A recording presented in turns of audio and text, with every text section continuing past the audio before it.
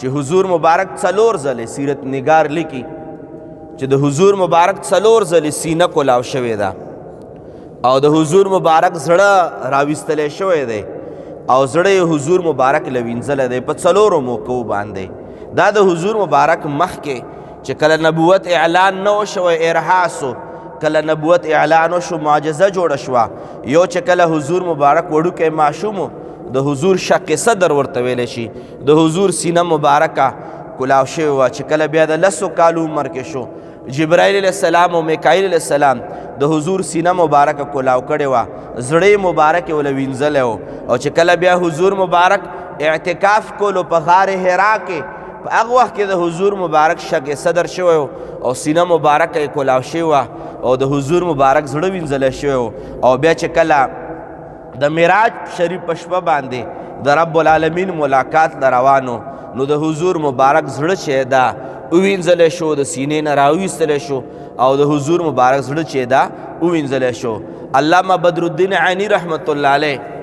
خپل شرح بخاری کې عمدة القاری کې لیکي چې کله جبرائیل علیه السلام د حضور مبارک زړه راویستو د جسم او د سینې مبارکې نه او کله یې ولا د زمزم په اوبو باندې وینځلو نو حضرت جبرائیل علیه السلام فرمایي چې ما چې کله د حضور سینه مبارکه کلاو کړه او د حضور علیه السلام زړه مبارک ما راویستلو او چې بیا ما چې کله د سونې په لوښي کې کېښودو او ما د زمزم اوبو باندې وینځلو دا خبره د اورېدو قابل ده جبرائیل علیه السلام فرمایي چې ما د حضور زړه راویستلو نه بعد حق حیران په دې شوم چې د حضور مبارک په زړه کې 2 سترګې وي او 2 غوږونه و پکې په زړه په سترګو باندې به لیدل کول او د زړه په غوږونو باندې به اورېدل کول ځکه د حضور مبارک یو ځان له کمال دی ځکه حضور مبارک به کله داسې موقع راغله چې چا په جمع کې چرته داسې څه خبره راغله حضور مبارک سلام وګرځولو او سلام نه بعد ورته وفرمایه صحابه کرامو تاسو ته څه معلومه ده قسم خوري په رب ذوالجلال باندې چې صحابه کرامو ما د رب په ذات باندې قسم وي زه چې کله په جمع کې مخکې ولاړم خو ما له خدای پاک د لیدلو دا طاقت را کړی چې ولاړ مخکې وم و لیدل شاتم کولی شم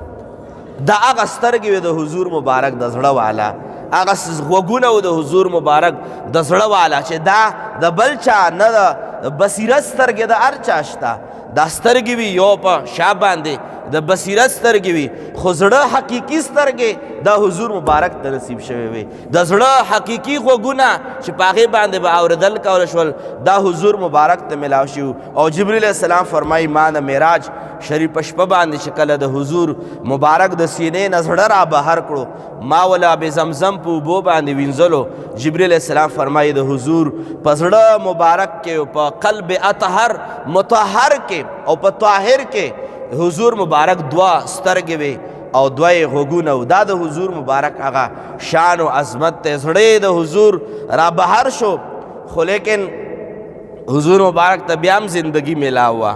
حضور مبارک وفات کېدو نه چې زړه را بهر شي زړه چې د بدن نه را بهر شي د هغې یو څه د انسان څه حالت پاتې کېدی شي ژوندون چېرته پاتې کېدی شي خو دا یو ځان له کمالات دي چې حضور صلی الله علیه و آله وسلم مبارک ته ورکړي